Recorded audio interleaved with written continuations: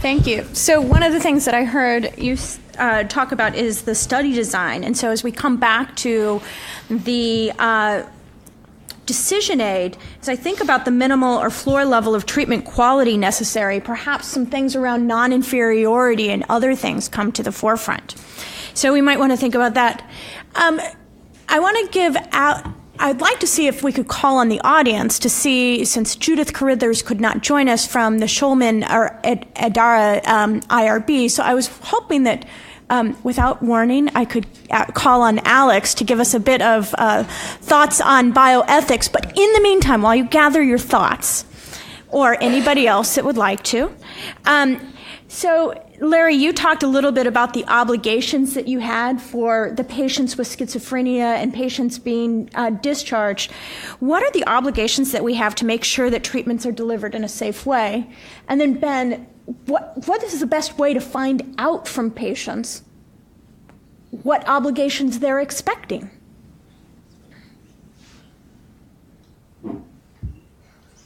So with respect to my question, what obligations?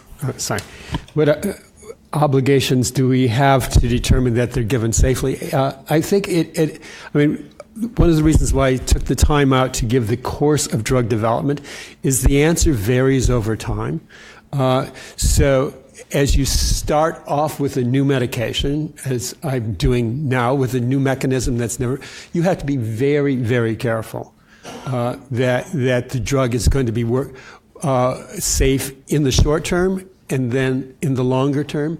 And so you're much more restrictive, and you put a lot more restrictions on who you try to go. You're certainly going toward your target audience, but you have to be monitoring a lot of safety issues that you wouldn't have to later on. In the trials that I described here, there was a lot that was known about all of the medications. They had been used many of them have been used in a clinical context safely and effectively within a broad population for many years. So then one could relax some of the requirements in terms of the safety monitoring. Yes, you're still interested in it, and you're looking more intensely at a more vulnerable population. In the one case, the suicidal one, we spent a lot of time making sure that we were looking at the suicidality very carefully, and we were monitoring agranulocytosis and weight gain as well as two primary things. So the key issues we were still monitoring. But we knew pretty much the answer. We didn't find out anything new in that, but we had the obligation because we knew those side effects. And a good clinical practice, maybe not general everyday practice, but in the context of a study that we're designing prospectively, you just have to, I think, be more ethical about that. And frankly, the regulators require that you capture that. So it goes beyond just ethics. It's basic fundamental requirements. But you can relax it as you know more and more about the safety of the product. So immunomodulators, slightly different risk benefit balance. Tell us your thoughts.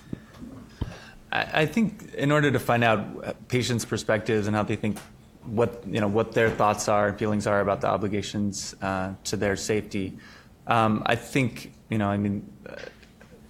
we all, as we prepare our study, think through the ethical considerations and so on. But I think it's important to engage patients in different ways at different times throughout that process. So, and I also think it's important to engage patients who have a lot of different perspectives. So. One way that we've done that is we've assembled a sort of a steering committee, what we call our patient governor group for our network. Some of them have a lot of experience in research already, and so they're very familiar. A lot of the terms that we're using in this room would not be unfamiliar to them.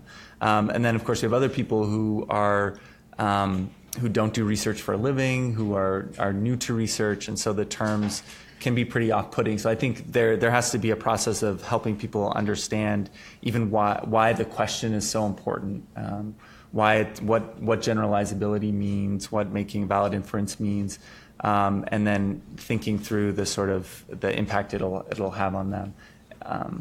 And I think then you get a lot of insights that you wouldn't otherwise get.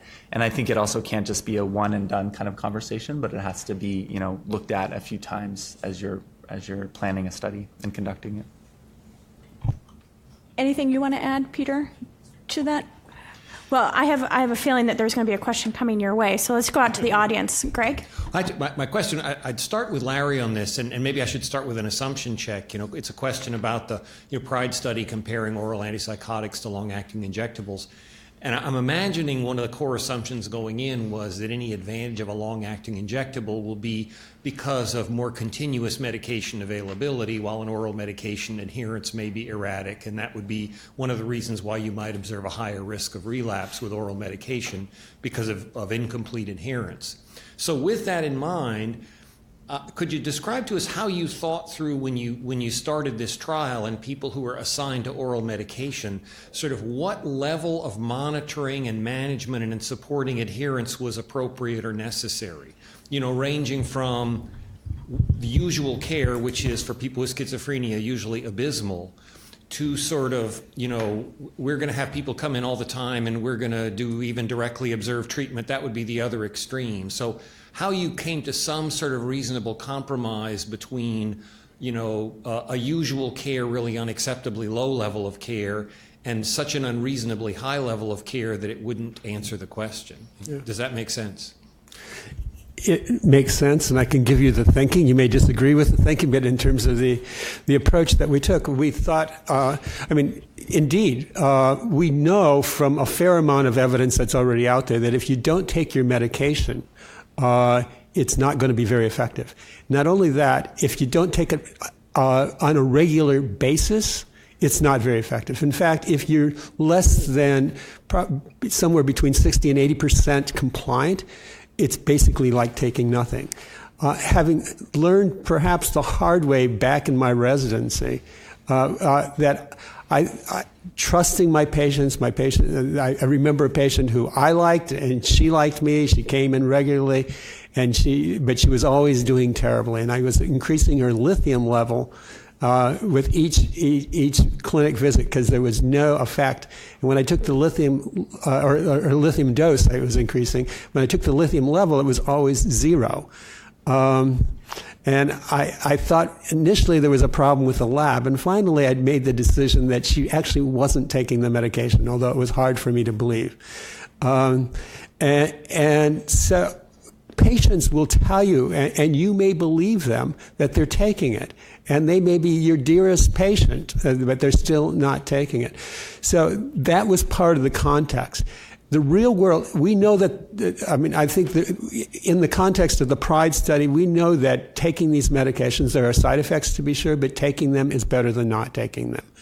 And we know that people, particularly this subpopulation, doesn't take their medication for a whole host of reasons reliably. And so we consciously did not intervene in any way in terms of the compliance with it, because that was actually part of the study question. Now, there's more details that you may want to address later on, but we were certainly monitoring safety and so forth. But in the real-world setting, we actually gave them better. They clearly got better care than they normally got. And there was, the treatment centers, they knew how to collect adverse events. So this is not standard of care, but it wasn't completely non-real world as well. We didn't ask the clinician if they wanted to, certainly could ask it, but we didn't have any compliance checks on it. I sort of want to generalize Greg's question, see if we can get you to just go one level deeper in your thinking, because it comes up over and over again, the question of should you provide standard of care, that is the best, or usual care, or whatever care is available where you're doing it. And it seems like there are rational arguments for any of the three, but we know that what goes on routinely in the U.S. especially is, as long as you're not doing a study, abysmal care is totally allowed. Like there's a great article now just yesterday on heart failure with preserved systolic function. The grand total of 1% of patients are getting optimal care. But if you're going to do a trial in that population, you would be told you'd better get 80, 85%, which is totally different than what people are actually experiencing. So is it the case that 100% of the time you should at least provide some kind of standard of care, or how do you make that decision? And how far should you go? I've been sitting here for 2 hours thinking about the warfarin trials that have been brought up several times that we did, and actually every company did it differently. My favorite one was one that's providing limousine service back and forth to the clinic for villagers in India who were enrolled in the trial, because that assured that they got very good warfarin care, but the INR in range was way better than anything you see in practice, except the very best clinics. And then I had then the second question is for Ben. This may be an unfair question, but I'll say from looking at Picornet and PPRNs, you guys have really taken off, unlike most other networks. But now you're going to have an interesting problem. I see over and over that patients want to know not just does the treatment work, but which one is best. And you're collecting real-world data, knowing what treatments people get. Academics usually don't ask which one is best, even professional societies, because industry tells them if they ask that question, they won't get funded. Are you going to start addressing the question of which treatment is best? Because there are a lot of that are pretty similar in the immunomodulators. 2 questions, sir. You want me to start? Or did you want to go? Mm-hmm.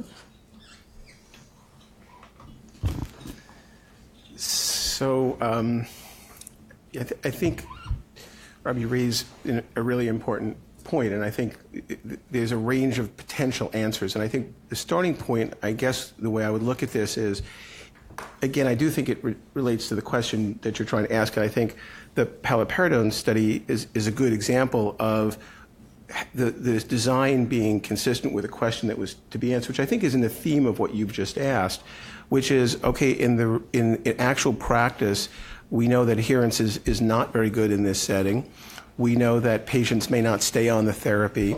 And if we were then to do a study of a long-acting agent versus a, let's say, artificially high quality of care, or where we had the patients brought by limousine to a center, either did directly observed administration or really pushed adherence, obviously we would not get the answer to the question of, in a real-world setting, which approach provides a better outcome, and particularly in an important study like this where there was outcome being measured, meaningful outcomes being measured, as opposed to a measure that maybe wouldn't have been as substantively relevant.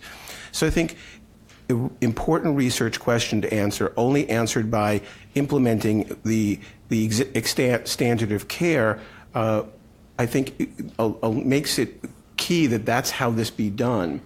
Now, I would caveat that by saying I think we have an obligation to assure that the care that is being delivered in the comparison arm isn't substandard care. So we certainly wouldn't say, well, gee, it's okay that the practitioners be general practitioners with little experience with these kinds of patients, or untrained in how to manage them, or unfamiliar with the study in its details. I think there's a level of quality and of appropriateness for the management that we have to assure in being able to answer the question appropriately. But I do think that that a real-world setting like this, compared to answer a question that can only be answered that way, is appropriate. But the other comment I make, Rob, is I think if the question you have is a bit different, so earlier on, we really may want to understand the efficacy. So we have the standard of care. We understand in the phase 3 trials that have previously been done what that can deliver. And so it's been well characterized. If we're going to do an active controlled trial in which we're trying to characterize a new agent, I think there would be significant limitations to say, okay, we know that agent perhaps now in a general practice setting is not very well implemented, but we're going to compare efficacy under those circumstances. We're going to get a very different answer. So I think the question we might, again, comes down to what's the issue we're trying to address in the study. If we want to understand the comparative efficacy in a more optimized setting, that's one thing. If we want to understand it, how it's practiced in the community setting, that's another. So I think, again, it comes down to what's the question and is the design appropriate to the question? And then I think we also have to make sure we're asking ourselves, is it ethically appropriate to conduct the trial in that fashion? I want to make one comment that first of all, I thought that was a great answer. It was what I hoped you were going to say. But so just one comment. These days I wonder, do we really need IRBs for clinical trials, or do we need IRBs for clinical practice? Because what you said, I would say, is taken for granted that when you do a study, you're going to offer the control group, both groups, at least some reasonable care. But the same people in the same institutions can look right at their clinical practice and see a number of things that would never be allowed. And mental health is probably the number one area where this is the case. And it's just allowed to happen for a whole variety of reasons. And there is no ethical oversight that I can see of that component. But what you said, I think, bridges in. But I actually don't. I want to not force you to answer the question unless you want to. But what happens, Peter, with what you said, that is hard to. There's a reason 80% of clinical practice guidelines or more aren't based on high quality evidence. It's because where the FDA has authority, which is that space that you described very well, the trials get done. And then what you said was, there's another thing you need to know is how does it work in practice? There's nobody that's funding that research for practical purposes at a level that people want. So to me, that links, the only way to ever get there is going to be the kind of things that you're doing, Ben, but it's going to have to get more teeth to actually answer the questions that people really want answered. I guess I would just chime in here that, from my perspective, I'm almost always going to be working towards trying to address questions that are relevant to a regulator. And there's certain levels of sort of gathering of information and prospectiveness and quality that are absolutely essential in order for me to just meet some very basic standards there.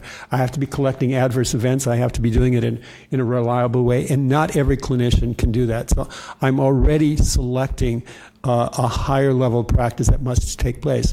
And I think that answers important questions and allows me in a company setting and my colleagues in the company setting to talk about it. But it's not the only question that you could ask. From a public health point of view, you would ask, how are the docs doing just generally? Now, actually, I would say that Greg Simon has the potential to do some of that type of research, because these days the payers actually can sort of force docs to do a better job.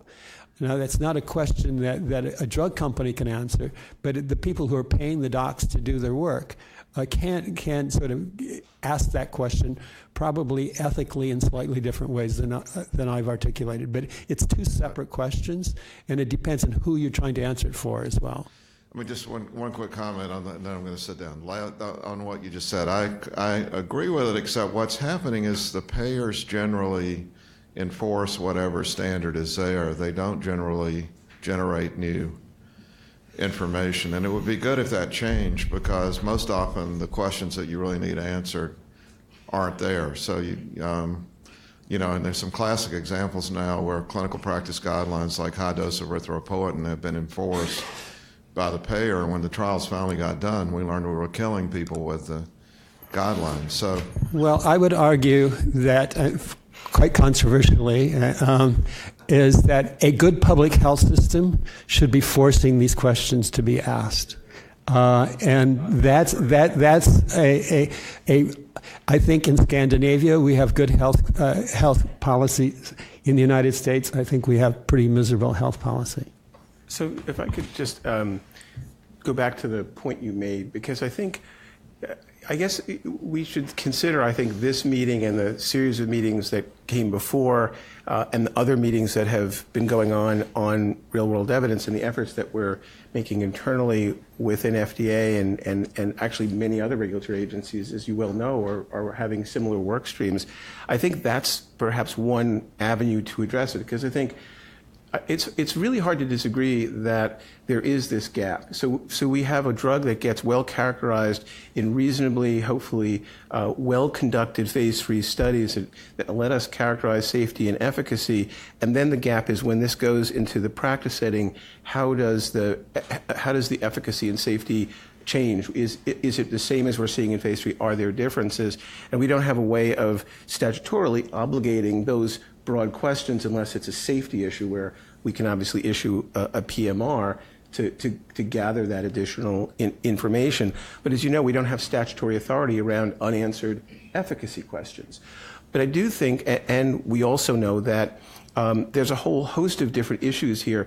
The resources to conduct, I mean, when you're going to try to conduct a study in phase 3 with 6,000 or 8,000 patients in the program, and then you're talking about going into a real-world setting with a large set of clinical trials, the cost can be tremendous. I think solving the issues around how do you conduct pragmatic trials effectively, what are the parameters that we can consider? How can we embed them in healthcare systems to gather data in a reliable fashion? All of the issues that have come up and have been discussed at this and prior meetings, I think are a critical answer, because if we can get to a point where we can randomize within the healthcare system and do it with a low cost, with efficiency and appropriate accuracy and data integrity, then I think that will lower the bar. There still has to be the incentive there, and I think that's a different question.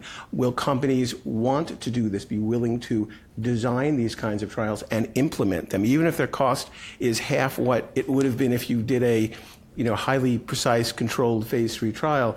There still has to be a willingness to conduct these type of trials, and that's a separate issue, not for extensive discussion today. I think the other piece of it is obviously that obviously you've been deeply involved with, is trying to figure out how we can look at observational data in a way that we can begin to get causal inferences from. And of course, that is a work in progress. We'll see how that progress goes over the next years. We certainly, because of 21st Century Cures and our own desire, I think, to be able to utilize this information, are deeply invested in trying to understand the benefits and limitations of that therapy. That's obviously another potential answer to the question. But I fully agree with you. Those are the issues. How do we get there? I think we're on the right pathway, but we'll see over the next couple of years at future meetings where we can debate this. So I'm hearing a lot of agreement, actually, between if it needs to be a very precise answer for regulatory decisions, you need tighter control. If it's for public health decisions, for payment and addressing the utilization factors, it's a broader control. And perhaps some of the examples that are out, I know I've seen several announcements for large pragmatic trials being run in health systems. And so I'm very eager to see the parameters on those. So with that, Mark, you've been waiting patiently. If you don't mind, just name and affiliation for those on the webcast. Mark Berger here. I'm representing ISPOR for the purposes of this meeting. When you ask the question, what is the right kind of control group, and then you talk about whether it should be standard of care or usual care, that immediately leaps to mind, why aren't you doing an observational study where you're going to see what's happening in usual care? There was a wonderful study, I can go back, way back, but there was a study out of Minnesota 20 years ago where doctors were not following the guidelines for using warfarin in treating elderly patients. And when they went back and looked at it, they saw that many of the patients who were not getting a full dose of warfarin also had a history of bleeding or stroke, and therefore they had their doses adjusted down. You don't need to do a clinical trial to find that out. You don't need a pragmatic trial to find that out. That was a good study, and it was replicated several times over, and that helped people. Getting insights are important, and again, once again, I don't have any sword against randomized clinical trials or pragmatic clinical trials, but you talk about the corpus of evidence. So another study from way years ago was a certain oral drug for treatment of asthma in children that was not as efficacious as using inhaled corticosteroids. But when you looked at it within how it's being used and you compare it one to the other, they actually were both equally effective because a lot of kids didn't like to use their inhalers in school. and they were much happier to take a pill. Is that a good insight? Yes, Sari, that's a really good insight, and it should be valuable information that should be brought to the physician and the parent who is making decisions about what kind of treatment they're going to get. Can you do that in a randomized controlled clinical trial? Hell no. And if you did, it would just take much longer, be much more expensive, even if it was a pragmatic clinical trial. I respect the idea that we want to still use randomization. Randomization increases our ability to make causal inference. But there are many who believe that when you have a number of well-designed, well-executed observational studies, you can get pretty damn close to making causal inference, although it's not as strong as it might be with a randomized trial. And I think that having a mixture, not looking at is it randomized or not randomized, depending on the question that you're asking. If you're starting with the base of information that an RCT has already shown in a phase 3 trial that this drug works and has a certain safety profile, I think you can build on that with observational data to inform insights which are good enough to inform clinical practice and should be good enough with appropriate upscaling of the quality and the reproducibility and replicability should be enabled to lead to changes in the label so that they can be talked about with physicians and patients. And so is your edit to change the decision aid and add observational studies over on the other side? Is it that in those cases, based upon the question, it's you need very loose control? I just think that if you start with the prior, that I must need a randomized trial of some sort. But that's for tomorrow morning. Then you end up limiting the choices that you have available to you. I think it was raised today in the context, if you want to know what's going on in usual care, the first place to go is not a pragmatic clinical trial, it's an observational study. This seems to me self-evident. So Mark, besides coming back tomorrow, let me just also make a comment, because I'm not here tomorrow, and I'd be very interested in your further discussion tomorrow on that point. But I think we have to be careful about not making these trade-offs of saying, well, we can do observational studies, and therefore why are we having extensive discussions about how to do pragmatic trials? I think stepping back, I perhaps don't have not perhaps as sanguine as you are at this point about causal inference being able to be deduced from observational data sets. I don't think we can say that the FDA isn't going to be able to get there. Obviously, that's the journey we're currently on. That's why we are attending and sponsoring so many of these meetings. We're trying to understand what can we understand from observational trials. How robust are they? What can we say about causal inference? You say, well, we can get very close on causal inference. And I'd say to you, well, how do you know that? I mean, how do you know that that's true in all of the various settings? Sure, there are some trials where randomized clinical trial outcomes and observational outcomes look very similar, and there are trials where they don't. And we don't have a full understanding of this yet. And I think we all, as colleagues in thinking about this, have to get there. And I don't think the FDA is at this point saying, gee, we're not even going to try, but we clearly have to understand what are the criteria, how do we apply this, what can we trust, what can we not trust, how do we do that. And that's why I think it's really important not to sort of say observational trials are the way we should be going, which I think are very important efforts, but I really think that the effort to define and to figure out the parameters around how to conduct the important pragmatic trials is really important, because I think we also still don't know quite how to do those or how we interpret them. So that would be my only comment. I completely agree, and there's no question it was the Wild West for a long time in observational studies, and we need to raise the rigor by which these studies are executed, and we need to raise the transparency about the quality of the data, and we have to have pre-specified hypotheses, all those things. I'm all there for you. What I'm suggesting, though, is that there are many questions you can get insights from where if you get multiple studies that are replicable or reproducible, whichever word you want to use, and it's kind of like what you do with evidence-based medicine, we should be open to that, because the hill you're trying to climb in terms of getting more pragmatic clinical trials is much more difficult than you think it is. And as it was said in a JAMA or editorial recently, there's lots of talk about pragmatic clinical trials, but we don't see a lot of them. And I published an article with some colleagues a number of years ago, which showed that at the time, this is now 5, 6, 7 years, I don't know what it is, long time ago, of all the pragmatic clinical trials that had been done by industry, which were done pragmatically, they all were confounded by a lot of treatment change or treatment switching. Because in the real world, if you give someone a treatment and they come back to you 6 weeks later and say, "Doc, this isn't helping me," he or she does something different.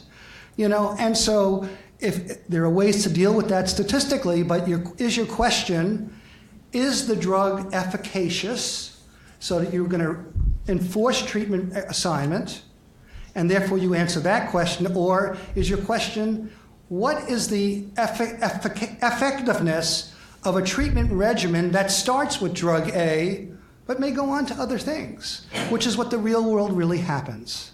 It's a good tee up for tomorrow. Makes everybody want to come back.